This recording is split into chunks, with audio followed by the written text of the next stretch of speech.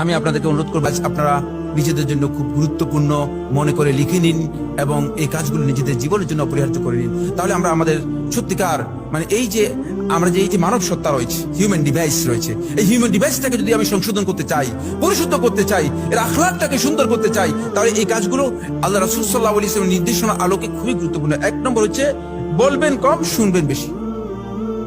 সম্ভব কিনা? এটা আমাদের অনেকের জন্য কঠিন। বলবেন কম, শুনবেন বেশি। এখনই লিখে নেন, আজকে থেকে প্র্যাকটিস করুন। তাহলে দেখবেন যে আপনার আপনি এরপরে 1 মাস পরে যদি এই প্র্যাকটিস করে আসে, আপনি দেখেন যে আপনার অবশ্যই অবস্থার পরিবর্তন হচ্ছে, অবশ্যই অবস্থার পরিবর্তন হচ্ছে। বলবেন কম, শুনবেন বেশি। 2 নম্বর হচ্ছে কাজ করবেন বেশি, দেখবেন কম।